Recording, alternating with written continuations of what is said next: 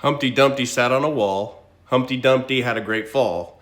All the king's horses and all the king's men couldn't put Humpty together again. But they tried.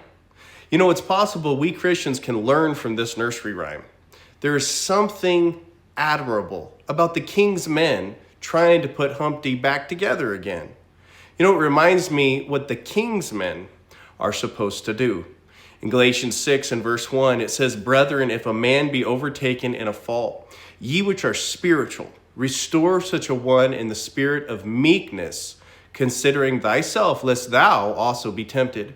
It says, "Bear ye one another's burdens, and so fulfill the law of Christ." Here's the deal. You don't know when you're going to fall off that wall. We all think it won't happen to us, but when it does, man, it's nice to have one of the king's men help put us back together again, not trample us.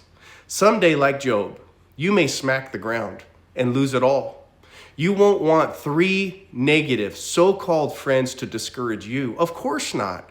So why don't you be the real friend for somebody else today? Be one of the king's men. Kneel in prayer. Intercede on their behalf. Nourish them with love. Gather them close. Shield them from more hurt. Mend their wounds.